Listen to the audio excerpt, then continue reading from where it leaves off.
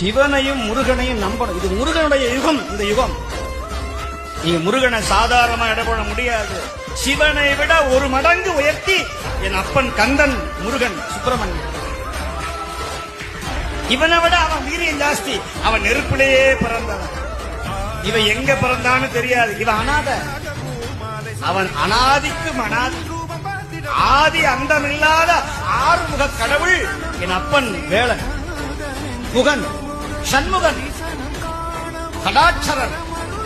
அவன் திருவடிய ஒரு தடவை முருகா அப்படின்னு சொன்னா போதும். குகான்னு மயில் கத்தும். குகா குகான்னு கத்தும் மயில். அகவத கேட்டீங்கன்னா குகா குகான்னு சொல்லும்.